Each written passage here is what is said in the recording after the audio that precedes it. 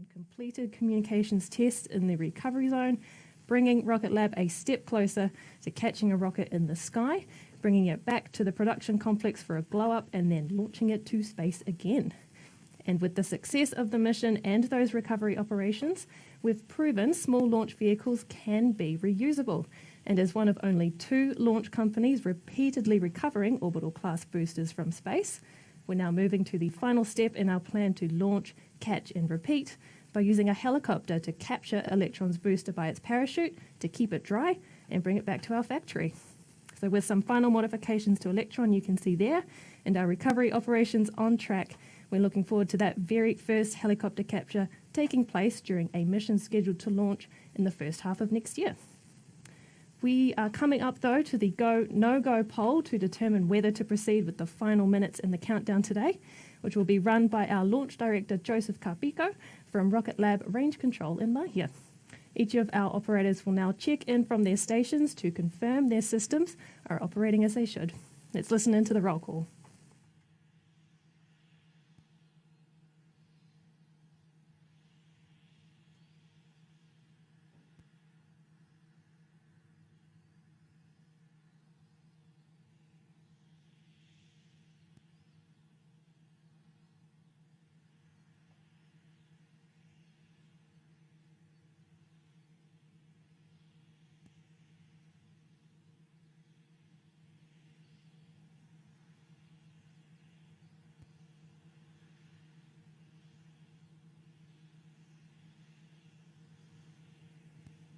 This is the LD on mission, proceeding with the go, no-go sequence. Stage.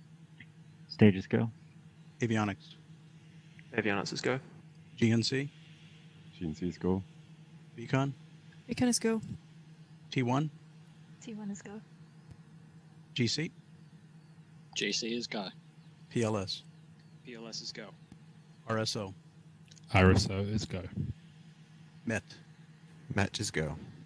MM. MM is go. LD sub. LD subs go. That concludes the go, no-go sequence. We are now T-minus 11 minutes, 22 seconds and counting. We are go for terminal count at T-minus 10 minutes. From this time, the 3-word hold procedure is in effect.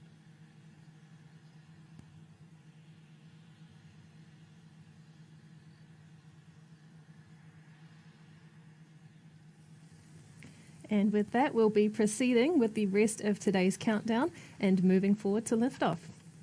Electron is our workhorse launch vehicle dedicated for small satellites, and if you've been following along with Rocket Lab's announcements, you'll know that we're building on Electron's experience as the second most frequently launched US rocket annually to develop another launch vehicle, Neutron. Just last week, for the first time, we revealed some exciting key details about our new rocket, including Neutron's unique design, materials, propulsion, and how we'll make it reusable. This is Neutron. Let me show you a new breed of rocket where reliability, reusability, and cost is hard baked into the design from day one.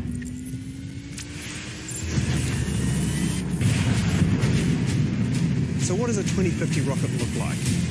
Well, it should be designed to be reusable. It should also have engines that are able to be used over and over again, and engines that aren't stressed to their absolute limit. It should have materials that are advanced. Now that's what I call a 2050 material. This is not a conventional rocket. This is what a rocket should look like in 2050, but we're building it today. It is an absolute beast. It stands 40 metres tall, it has a 7 metre diameter at the base and a 5 metre class fairing. The team is flat out right now at full force developing it, because at Rocket Lab, when we say we're going to do something, we do it.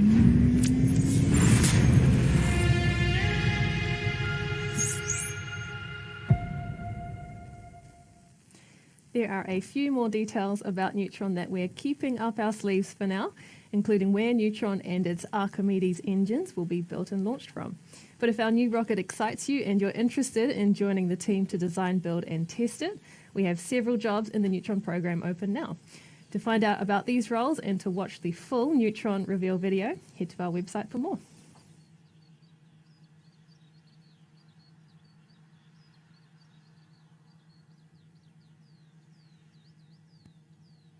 S-band is switched to high power for flight.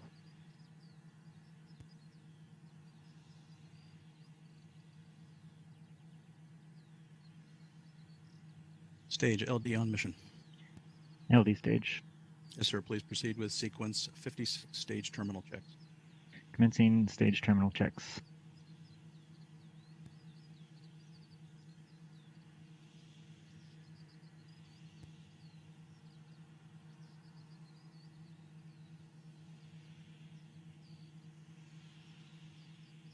Stage 1 and Stage 2 high voltage batteries ready for flight. GC LD on mission. LD, GC. Yes, sir. Proceed with sequence 57 pad ready for launch. Roger, sequence 57 in work.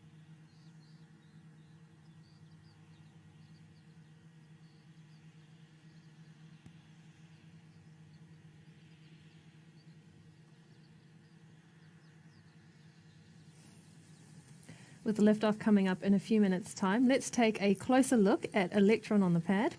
Electron is a two-stage launch vehicle that stands 18 meters tall. Its black and white stripes are a visual effect caused by the rocket's liquid oxygen propellant, where ice forms on the outside because of the cold temperature of the liquid oxygen in the rocket's fuel storage tanks inside. The black comes from Electron's carbon composite structure, a material that is lightweight yet strong enough to withstand the pressure of launch. And powering the rocket are 9 Rutherford engines on the first stage and a single Rutherford engine on the second stage. These engines are 3D printed and named after the famous physicist Ernest Rutherford.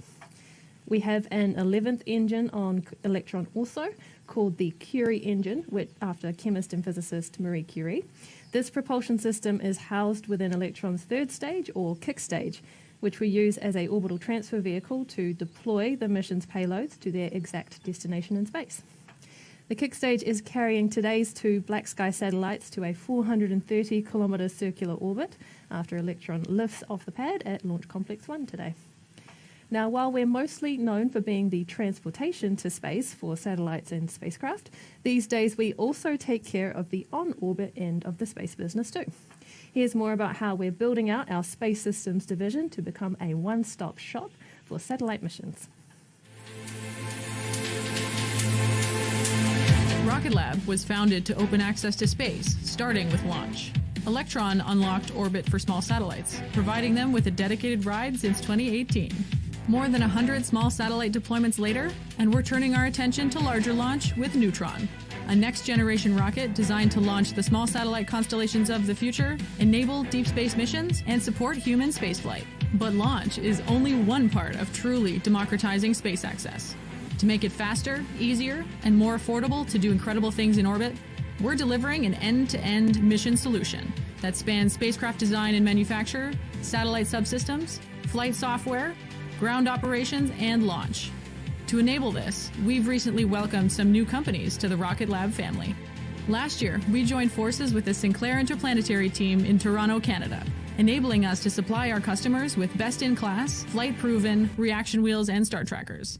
These crucial components have been incorporated into more than 100 spacecraft globally, including constellations and cutting-edge scientific missions. Sinclair Interplanetary reaction wheels and star trackers are incorporated into our Rocket Lab designed and built Photon satellites too, supporting our upcoming missions to the Moon, Mars, and Venus. But of course, before a satellite can operate in orbit, it first has to safely deploy from the rocket that launched it. That's why we recently acquired Planetary Systems Corporation in Maryland. As the leading provider of mechanical separation systems and satellite dispensers, the PSC team has 100% mission success heritage to date across more than 100 missions. PSC separation systems have flown on over half of the Electron missions since 2018. So having seen the impeccable craftsmanship of their technology up close, we're thrilled to be supplying our customers with trusted separation systems and dispensers, whether flying on Electron or any other vehicle. After a spacecraft is deployed, the real fun begins. That's where the Colorado-based team at Advanced Solutions Incorporated, or ASI, comes in. ASI's pioneering satellite flight software and GNC expertise have enabled some of the most ambitious missions humanity has undertaken, including exploring distant planets. The ASI team joined the Rocket Lab family in October this year, and together, we're supporting missions for aerospace prime contractors, U.S. DoD organizations, NASA, and commercial operators and constellations. By folding these industry-leading teams and proven technologies into our ever-growing space systems capabilities, Rocket Lab is delivering complete mission solutions for every step to space. We might have started with launch, but there's more than just rockets to this lab.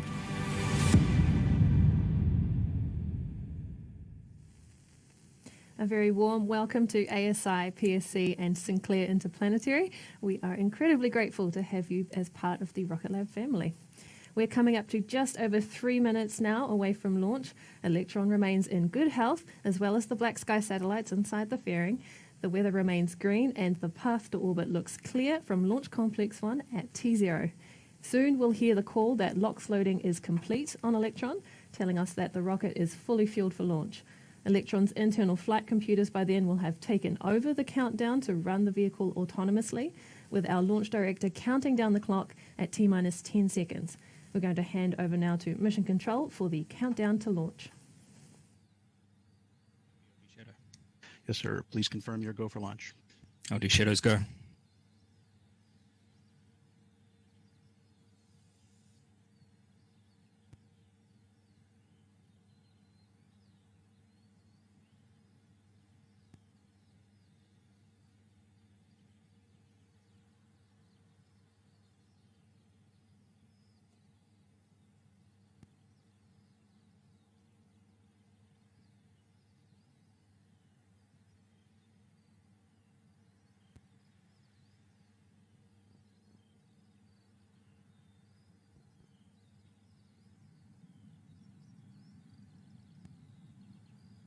Vehicle is on internal power.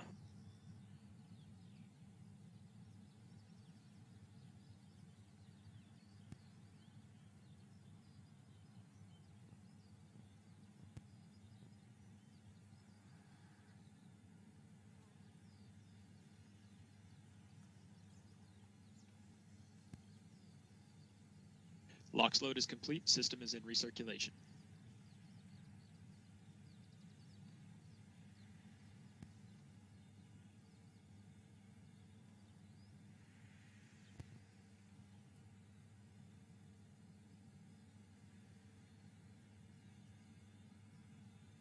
Anti-geysering is disabled.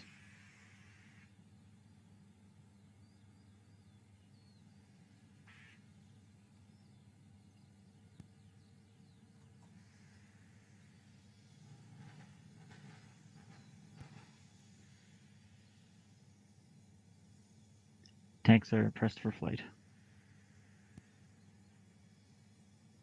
High flow engine purge enabled.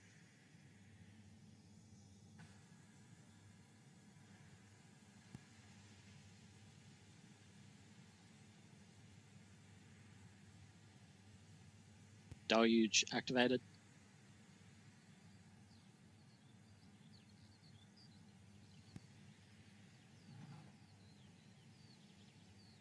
T-minus 20 seconds and counting.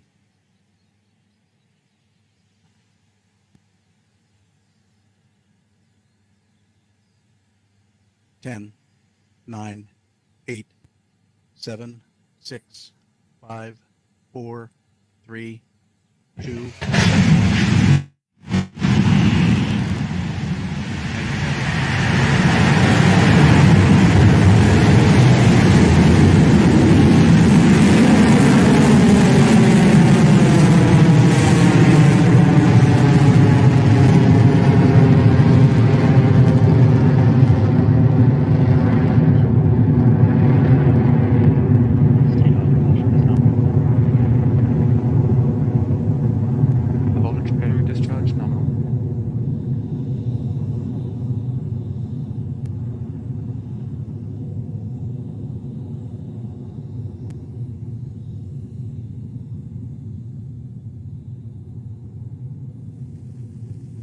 And away we go. Our 23rd Electron launch vehicle is off the pad and on the way to space for this mission and progressing well on its journey to low Earth orbit.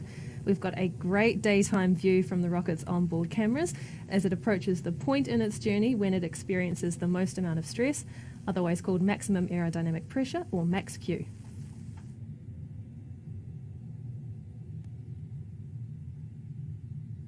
Cleared max Q. There's the call out from Mission Control. Electron has successfully passed through max Q and is continuing eastward off the coast of New Zealand. The first stage's Rutherford engines are firing red hot and nominal as we come up to a vital sequence of events in the vehicle's launch procedure. Electron will slow down just a touch before shutting off its main engines, what's called main engine cutoff, or MECO. This allows for the clean separation of the first stage from the second stage before the second stage's engine lights up and propels the vehicle's satellites onto orbit. We should both see those actions on screen and hear the call-outs from our operators in Mission Control soon. Stage 1 propulsion is holding nominal. Standby for MECO in approximately 30 seconds.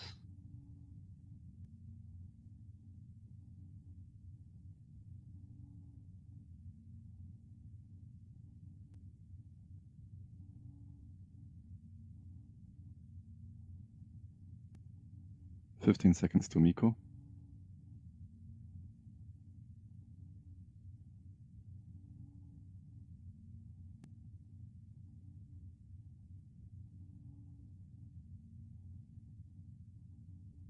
MECO confirmed.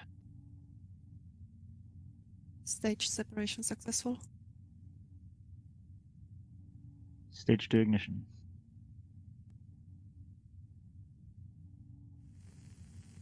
And there we go, that's confirmation of successful MECO, stage separation and second stage engine start. You can see the space optimized Rutherford engine glowing hot on your screen as it carries on in space. Now, since we've cleared the lower atmosphere, we no longer need the rocket's fairing to protect the satellites, and we need the fairing out of the way to be able to safely deploy the satellites. So soon that fairing will fall away as we get rid of the dead weight. Let's keep an eye out for that. And there they go, Electron's fairing halves have been deployed. We've got a short time gap now between this event and the next one coming up for Electron's second stage, which involves swapping out the batteries that power the second stage Rutherford engine. The mission is continuing nominally though as we approach that next milestone, with the second stage travelling at a speed of nearly 10,000 kilometres an hour at an altitude of over 130 kilometres.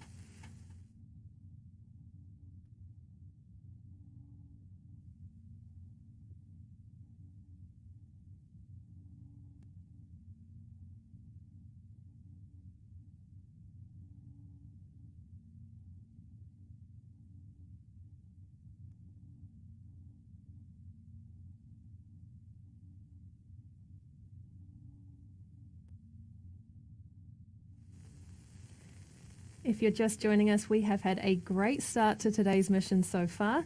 Electron successfully cleared the pad at Launch Complex 1 just a few minutes ago, and we are now well on our way to space, having completed a successful pass through max Q, main engine cutoff, and stage separation to reach this point now in the mission.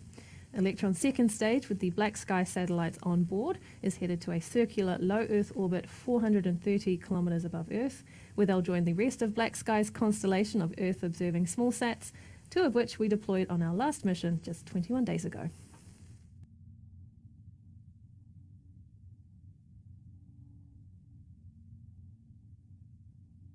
Throttling down.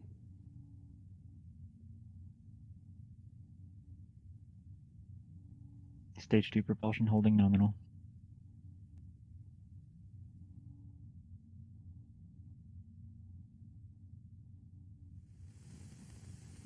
We're coming up to a milestone unique to Electron soon, the swap out of the batteries that our Rutherford engines draw their energy from to continue, as our engineers say, chooching.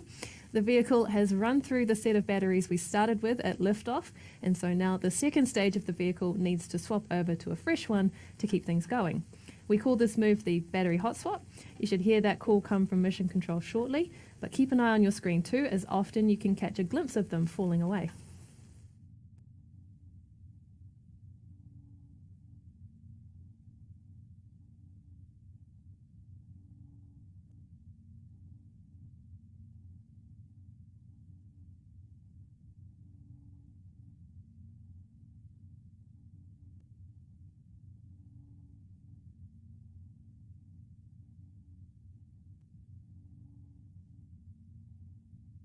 Hot swap successful.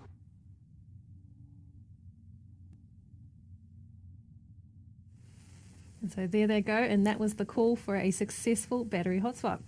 Coming up in the next couple of minutes will be the second engine cutoff on the second stage, or SECO.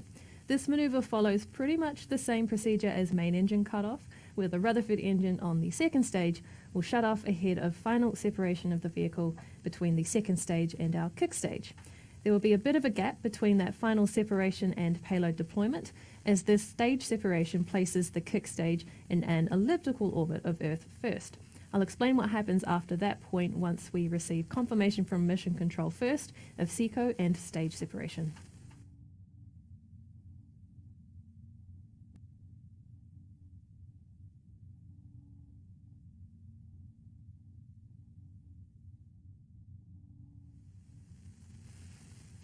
You can see the second stage Rutherford engine burning bright on your screen there, with Electron well on track to deliver the BlackSky payloads to orbit in around 50 minutes or so. The vehicle is travelling at more than 19,000 kilometres an hour with an altitude of nearly 200 kilometres, and everything is continuing as expected with our stage 2 burn. Voltage battery discharge holding nominal.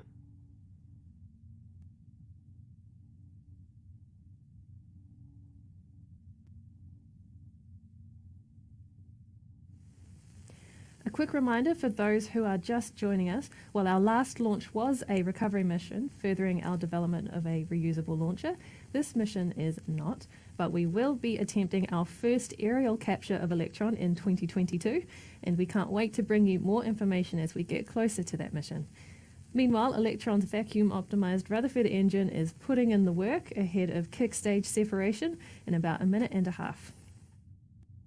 Entered stage 2 burner detect mode.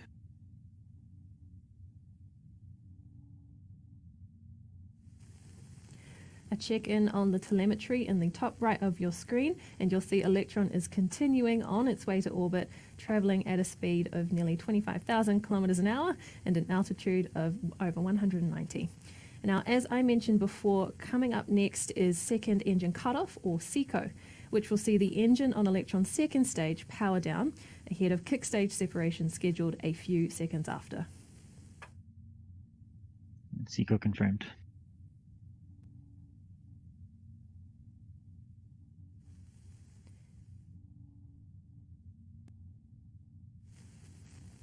And there we go, with the dimming of the Rutherford engine on your screen as you saw. That, along with the call from Mission Control, confirms that we have had a successful SECO and second stage separation from the kick stage.